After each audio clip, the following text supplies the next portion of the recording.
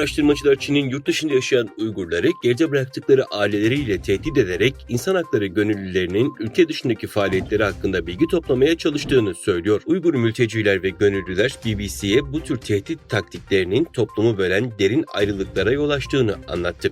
Araştırmacılar Birleşik Krallık sınırları içinde yaşayan 400 civarında Uygur'dan 48'i ile görüştü. Bunların 2'si Çin polisinin kendileriyle doğrudan temas kurduğunu, casusluğa zorladığını, insan hakları konusunda faaliyet göstermemesi ve medyaya mülakat vermemesi için baskı yaptığını anlattı. Çin dışında 50 bin kişilik kalabalık bir Uygur diasporasının bulunduğu ve geleneksel olarak Doğu Türkistanlılar açısından güvenli bölge kabul edilen Türkiye'den araştırmaya konuk olan 148 kişinin %80'i Çin yetkililerinin benzer tehditlerine maruz kaldıklarını anlatıyor.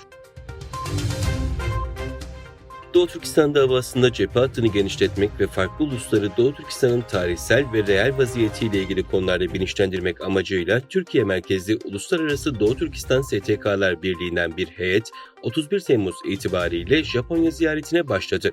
1 Ağustos'ta ziyaretin devamında Asya Pasifik Siyaset ve Ekonomi Lobicilik Araştırma Cemiyeti Başkanı ile Japonya Parlamenter ve Çin'e karşı Uluslararası Parlamenterler Arası İttifakı'nın üyesi Sayın Hirofumi Rüya gibi önemli isimlerle görüşerek Doğu Türkistan meselesine olan hassasiyeti ve iki dost halkın ortak menfaati çerçevesinde dayanışmayı geliştirme konusunda müzakerelerde bulundu. ABD Temsilciler Meclisi'nin Cumhuriyetçi üyeleri Biden yönetimini Çin'in taleplerine uymamaya, yani insan hakları konularında tavizler karşılığında Çin'le sentetik uyuşturucu fentanil konusunda işbirliği yapmamaya çağırdı. ABD Temsilciler Meclisi üyeleri Temsilciler Meclisi Dış İlişkiler Komitesi Başkanı Yong Kim, Michelle McCaul ve ABD Çin Rekabet Özel Komitesi Başkanı Mike Gallagher, Biden hükümetine bir mektup yazdı. Mektupta Komünist Çin artık Amerikalıların hayatlarıyla oynuyor ve insan hakları ihlallerinin cezasından kaçmak istiyor denilerek Biden yönetiminin karşı çıkamayacağı bir yasa çıkarmaya çalıştıklarını söylediler. Amerikan Başkanı Joe Biden, ABD'nin Çin teknolojisine yaptığı yatırımları sınırlayan bir yürütme emri imzalamaya hazırlanıyor. Yürütme emrinin Ağustos ortasına kadar yürürlüğe girmesi bekleniyor. Kısıtlama yapay zeka, kuantum hesaplama ve yarı iletken teknolojilerinin geliştirilmesine odaklanacak. Bununla birlikte mevcut yatırımları etkilemeyecek. Haber, Çin'in teknoloji pazarındaki hakimiyeti ve bunun ABD için potansiyel güvenlik ve ekonomik sonuçlarıyla ilgili süregelen endişelerin ortasından geliyor. Teknolojilerin ilerleyen büyük endüstrilerde merkezi bir rol oynaması bekleniyor.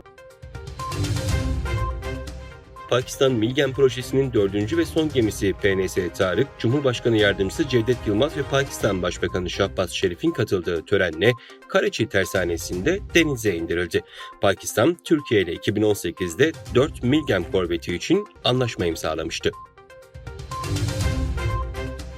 Doksuri tayfununun etkili olduğu Çin'in başkenti Pekin'de Tianjin kenti ve Hebei eyaletinde aralıksız 4 gün boyunca devam eden yağışlar nedeniyle çok sayıda kent ve ilçede sel yaşandı.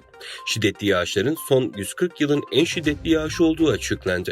Kentteki parklar ve turistik noktalar kapatıldı. Uçuşlar iptal edildi.